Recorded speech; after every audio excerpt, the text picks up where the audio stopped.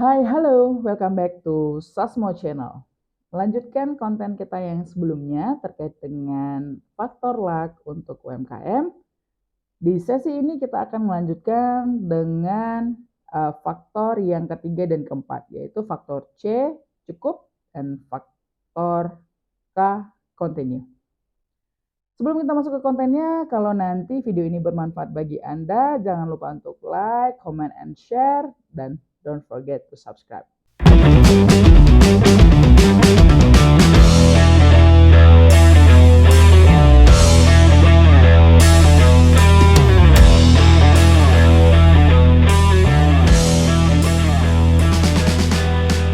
Bagaimana caranya bisnis UMKM itu bisa merasa cukup? Ya, cukup ini seringkali diasosiasikan dengan rasa bersyukur. Namun cukup dalam hal ini adalah cukup ketika kita merasa secure terhadap bisnis kita, ya. Cukup ketika kita ngerasa pengen ekspansi bisa, cukup ketika kita ngerasa pengen buka cabang atau nambah karyawan bisa, cukup ketika kita ngerasa kita mau nambah kapasitas produksi dan lain-lain. Itu adalah maksud cukup di sini ya. Jadi bisnis kita tidak kekurangan, tidak di batas garis merah, tapi kemungkinan untuk growth-nya juga masih tergambar gitu ya. Nah, bagaimana kita sebagai pelaku usaha dapat menganalisa kecukupan dari bisnis kita ini? Ya, ada pepatah lama yang mengatakan bahwa jangan besar pasak daripada siang. Ya, jangan kita lebih banyak mengeluarkan uang daripada mendapatkan uang untuk bisnisnya kita. Bila pengeluaran sudah tidak bisa ditekan lagi, maka pendapatan yang harus meningkat. Jika biaya produksi tidak bisa kita tekan lagi, maka genjotlah penjualan Anda. Naikkanlah revenue-nya, tingkatkanlah sales acquisition-nya.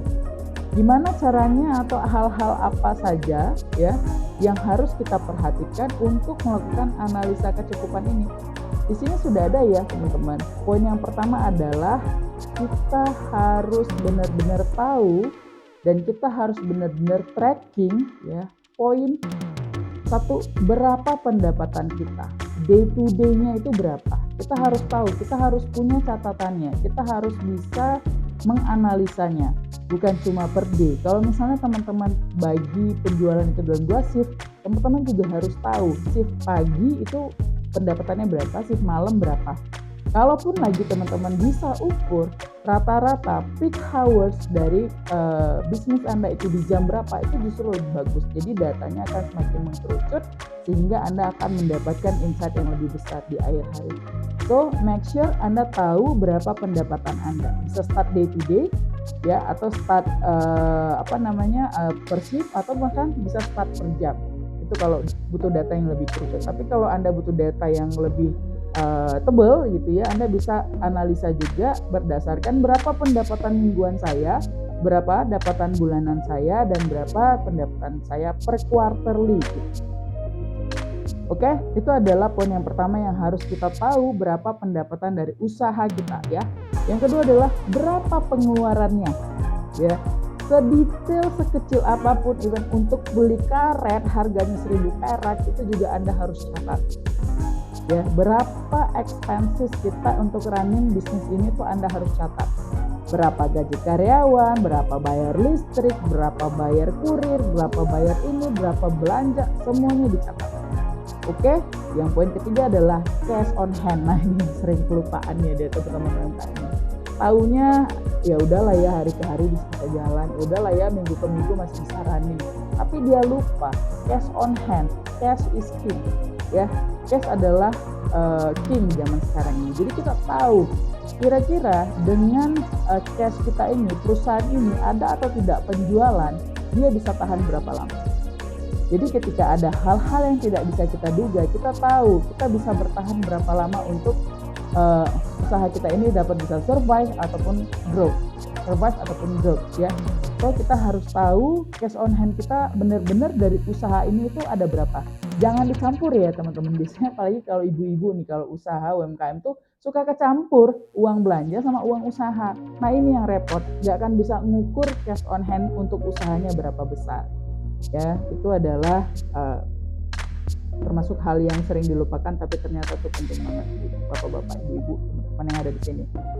Dah, berikutnya adalah poin yang keempat adalah berapa hutang. Nah, ini hutang produktif ya, bukan hutang pribadi. Jadi hutang untuk running bisnis Anda ada berapa lagi? Nah, ini harus tahu detail ya, harus tahu dan harus paham gimana cara bayarnya. Yang terakhir adalah berapa piutang kita di luar. Jadi kalau misalnya kita punya piutang ke reseller ya, resellernya masih ngutang ke kita, atau kita punya piutang dari customer yang masih pakai gantung bonnya gitu segala macam, kita harus ukur. Jadi kita tahu stok yang udah keluar ini berapa banyak dan piutang kita, uang kita di luar sana ada banyak. Oke. Kunci suksesnya dari analisa kecukupan adalah dimulai dengan disiplin pencatatan. Nih, teman-teman ya. Baliknya ke sini ya, dimulai dengan disiplin pencatatan. Oke. Jadi penting banget kita bisa baca, analisa usaha kita dengan cara melakukan pencatatan. Itu adalah faktor C, dan faktor yang terakhir adalah faktor continue. Bagaimana usaha kita ini bisa bertumbuh, grow, dan scale up ya. Kalau di sales and marketing itu ada 4 poin untuk bisa mendapatkan customer ya. Ada yang namanya get, dia dapatkan customer. Ada yang namanya keep, agar customernya loyal kepada Anda. Get, keep, grow, ada yang namanya grow, sehingga kita bisa menumbuhkan jumlah customer kita. Dan ada yang namanya win back, ya, kita bisa memenangkan lagi orang-orang yang pernah pergi dari kita untuk beli layanan ataupun beli produknya kita. So, bagaimana caranya kita bisa continue, grow, and scale up ya? Bagaimana bisnis kita bisa bertumbuh? Di sini ada beberapa tips and tricks ya. Yang pertama adalah perluas pasar. Jadi kalau misalnya ibu-ibu, bapak-bapak, atau teman-teman di sini startnya itu dari area A ya, terus ngerasa area A udah bisa dikembangkan, pergilah ke area B, buka area lagi, pergi ke area C, seterusnya. Start dari desa, kecamatan, kota, kabupaten, provinsi. Kalau sudah bisa siap ya, bisa jual juga ke negara lain, berarti sudah siap ekspor ya. It's good. Kalau kita sudah bisa mainkan teritori manajemen dari usaha kita, itu pastinya kita punya sense untuk bertumbuh dan berkembang. Oke? Ketika kita sudah melakukan ekspansi, sudah punya mindset untuk tumbuh, kita sudah berani jual ke area lain, tandanya kita sudah menciptakan demand baru ya. Supply and demand dalam bisnis logikanya cuma kayak gitu ya teman-teman ya, supply demand gitu ya. Kalau ada demand berarti kita harus cukupkan supply, atau kalau ada supply berarti kita harus cari demandnya.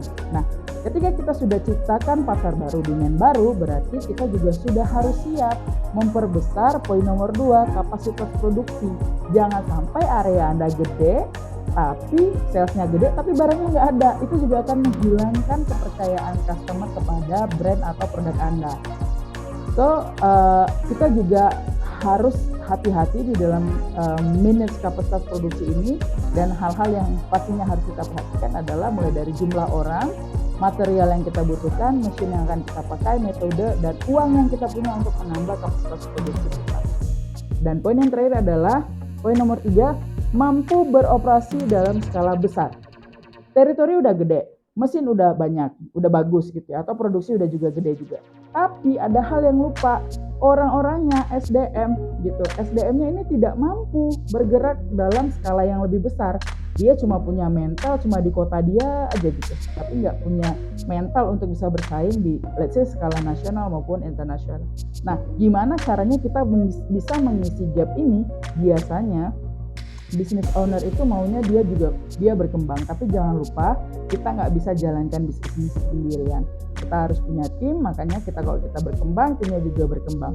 Berkembang dalam hal apa? Bukan cuma berkembang kepada revenue growth perusahaan, tapi juga upgrade, berkembang dalam segi knowledge, skill, dan juga ability dan agility ya, ability dan agile. Nah, ini adalah hal-hal yang harus diperhatikan.